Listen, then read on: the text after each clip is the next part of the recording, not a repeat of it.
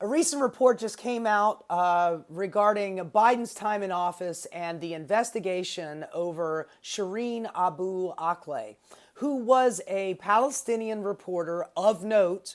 She was always on CNN International and BBC and what have you.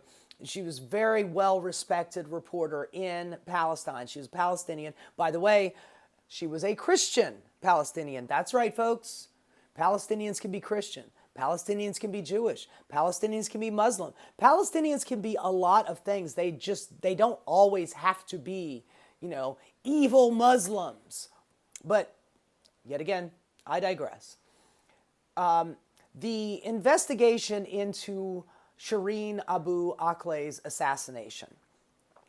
Now, I don't know if you guys remember, it was a few years back. I believe it was during Trump's administration, but she was visibly wearing a blue press vest with press on the front, press on the back, and she took a couple of shots to the back of her head. And it was an obvious assassination. And of course, Israel denied the whole thing.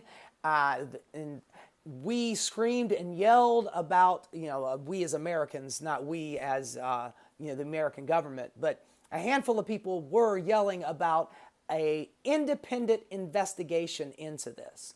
And when Joe Biden was in office, he was doing a lot of, I don't want to say blocking, but certainly hedging. We wanted an independent investigation to prove that it was an Israeli sniper that killed her. And not only was she killed by an Israeli sniper, but it wasn't an accident. Now, we look at what's going on in Israel right now and the fact that, they've bombed 25, 30 hospitals, that, they're shooting children, they're blowing up safe zones, refugee camps, they're just dropping bombs on refugee camps.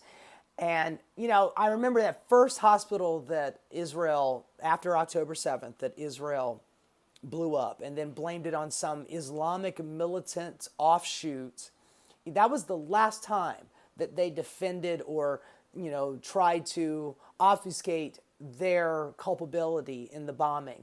Because every other hospital that has come down, they don't even bother to lie anymore. What's the point? They don't have to. And when Joe Biden went from, we need an independent investigation to maybe let Israel do the investigation to, but just as long as Israel is fair about it, to Israel is said that they didn't do it and it's okay and we're just going to move on. That's not the kind of stuff that makes, Palestinians very happy. And it's not the kind of thing that proves that we are an arbiter of goodwill and good faith. Because if we're doing everything we can to stop an investigation into a very well-known reporter, then what chance do we have to investigate war crimes done against common poor people? And Haaretz, which is basically the New York Times for Israel, they released an article recently, the new language that Israel is using. It's the depopulation. These are called, and they're using words like kill zones, and they're also using phrases like the second Nakba, which is just, hey, we're just going to kill everybody. And recently, Netanyahu actually said that we're just going to reclaim Gaza for us and we're going to keep it indefinitely. So the mask is off. It's not, we're here to get Hamas. That story, look, I didn't believe it after the first week when I believe it was Smotrich who said they're all human animals and we're not going to give them food, water, or electricity. Fuck them. When he said that, I was like, oh, okay. So it's not really about Hamas militants. And keep in mind, there are 30 to 40,000 Hamas militants supposedly in Gaza. They've been killing in there, Israel has been killing inside Gaza for over a year and a half now. They stopped counting after they got to 50,000 people.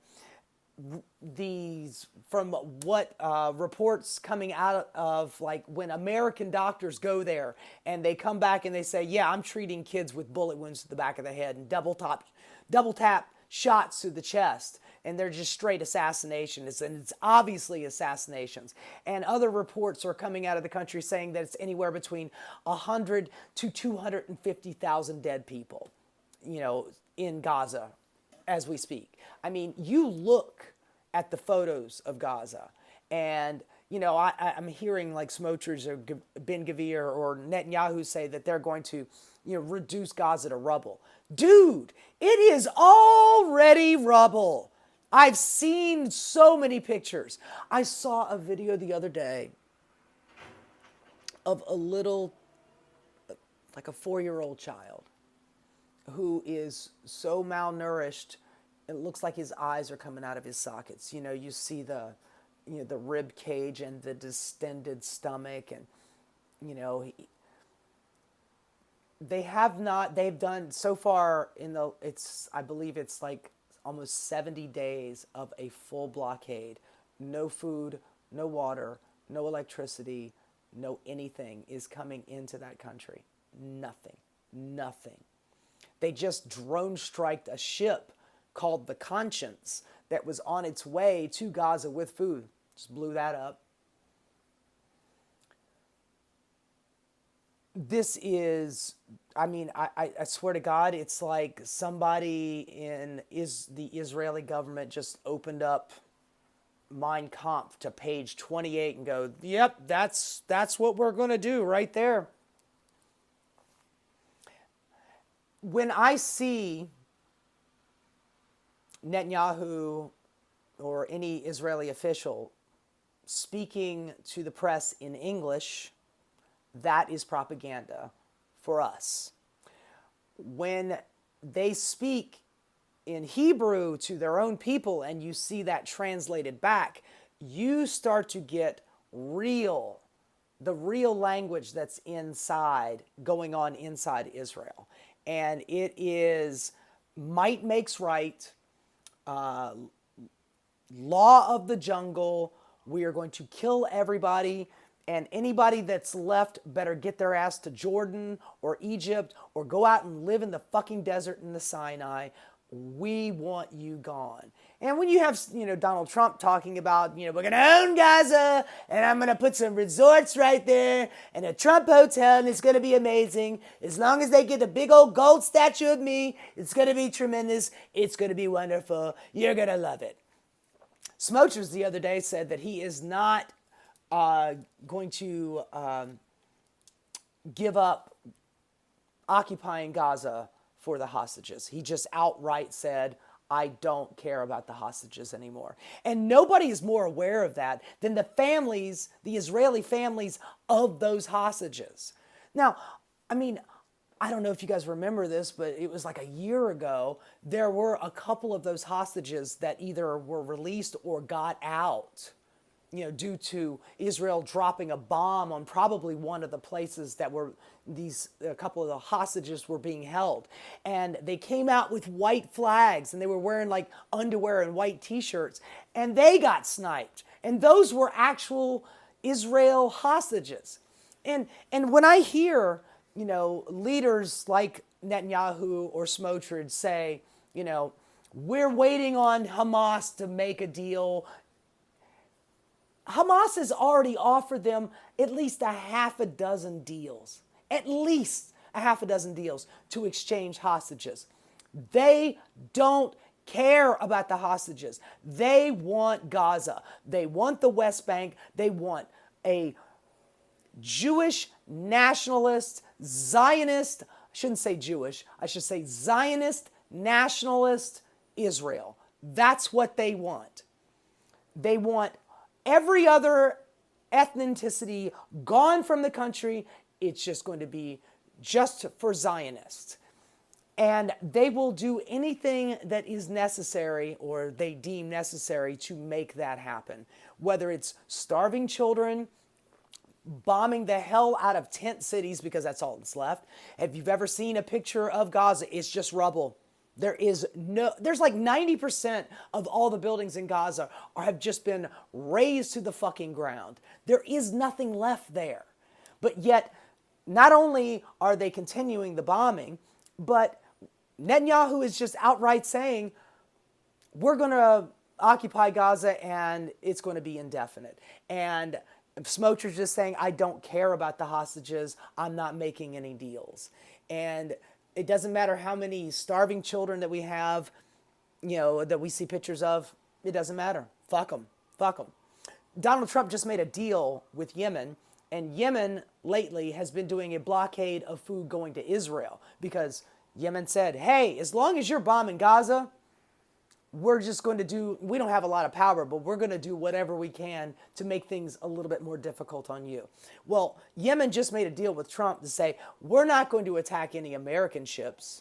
So I guess that means that we could ship food to Israel via American ships and they wouldn't attack them. But immediately after that, within a couple of hours of making that deal, Israel starts bombing Yemen. So, I could see Donald Trump making a deal with Yemen and then getting off the phone with them and then making a phone call to Netanyahu and say, unleash holy hell on them. And hell, man, we were, under Donald Trump's first term, we were funding Saudi Arabia doing a blockade of Yemen. And they had refugee camps out there and starvation tactics going on. So, this is nothing new. Donald Trump be loving him some authoritarian leaders. So whether it is, Mohammed bin Salman of Saudi Arabia, or whether it's Benjamin Netanyahu, as long as might makes right in your mind, then Donald Trump thinks you all right with him. Hey guys, thanks so much for watching. If you enjoyed what you saw, please like and subscribe. Keep rocking.